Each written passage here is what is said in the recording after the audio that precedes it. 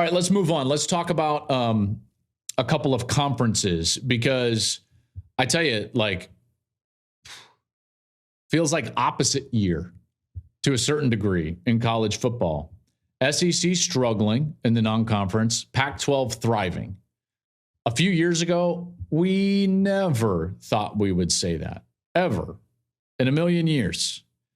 But you just look at these results right now, and it's hard to wrap our minds around what's going on. The SEC is 3-6 versus other Power 5 teams this season. That's the worst among the Power 5 conferences. Now, it'll get better as the year goes on because they're going to have winnable games, I think. But man,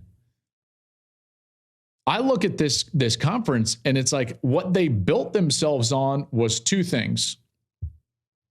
National championships, which might not go away because Georgia might win the national championship. Okay, so this all might be a moot point, but the depth of the conference is certainly not what it has been in the past. And the reason I know that is because the second element of what I was going to talk about is they always won the big non-conference games. Always. Think back to the past, right? Last season, Georgia destroyed Oregon.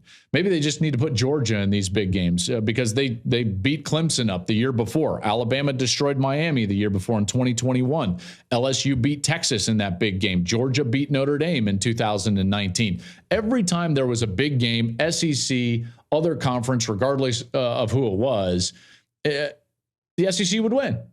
And they had more talent, they had more players drafted, and they were winning national championships. And listen, they might still have the most players drafted, and they very well might win a national championship. But the difference is that it looks like it's going to have to be Georgia. It looks like this conference this year, at least, and this might and probably will change in the future, but at least for this year, this conference, the SEC, resembles more of what the Big Ten was in 2019. And over on the West Coast, the Pac-12 more resembles what we normally think of the SEC to be. What do you mean, Joel? Well, here's what I mean. Georgia's obviously the number one team in the country and should be. The second highest ranked SEC team is now ranked 10th. We haven't seen that forever. The third highest is 11th. That's Tennessee. LSU then is 14 and Ole Miss is 17. That's a big gap. Similar to, let's say, Big Ten 2019. Ohio State was elite and everybody else was like, well, I don't really know. Probably good enough to be ranked, but I don't know if they're top end. In particular, when those teams, two of them, Alabama and LSU that are ranked, lost horrendous games in the non-conference. Think about these results now that we have this year in the non-conference. Alabama lost to Texas. LSU lost to Florida State. Texas A&M lost to Miami. Florida lost to Utah. And South Carolina lost to North Carolina. Now you could say like, well, you know, games can go either way. Every one of those results was by at least double digits. Wow. That's not what we're used to, certainly. Now the Pac-12 is sitting there. They're 6-3 versus other Power 5 conferences. You've got Utah's win over Florida and Baylor. You've got Colorado's win over TCU and Nebraska. You've got Oregon over Tech. You've got Washington State over Wisconsin. So now all of a sudden the Pac-12 is the one that's putting their flag in the ground and saying we're the deepest conference. And then you look at the rankings and they're littered throughout the rankings. There's 8 of the 12 Pac-12 teams in the top 25. It has to do with quarterback play, folks. Why? Why is this happening?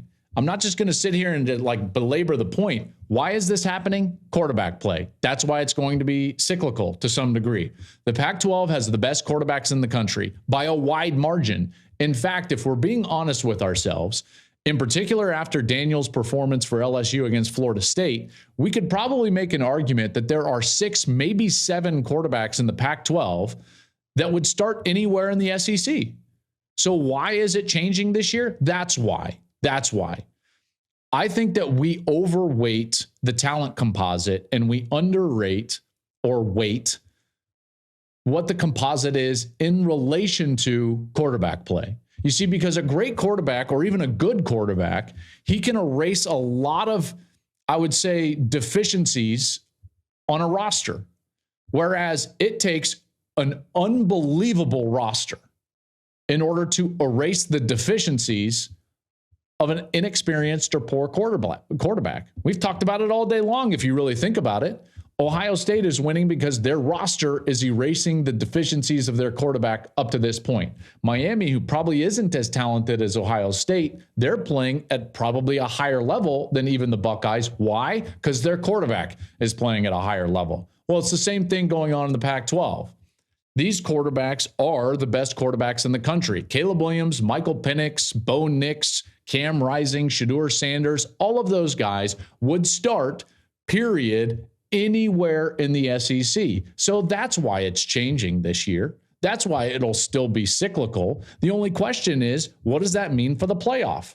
In the last year of the 4-team playoff, I think we are moving towards a scenario where we've got to start thinking and reframing our minds to start thinking about the second team from a conference really should be out of the Pac-12. At least after 2 weeks, that's the way it is. The Big Ten will have a lot to say about that with their 3 teams, Michigan, Ohio State, and Penn State. They'll have a lot to say about that. But I can tell you this, the champion out of the Big Ten and the champion out of the Pac-12 will have faced a far, far tougher road than the champion out of even the ACC, but yes, certainly the SEC or the Big 12. So something to keep in the back of your mind as we move along in the season.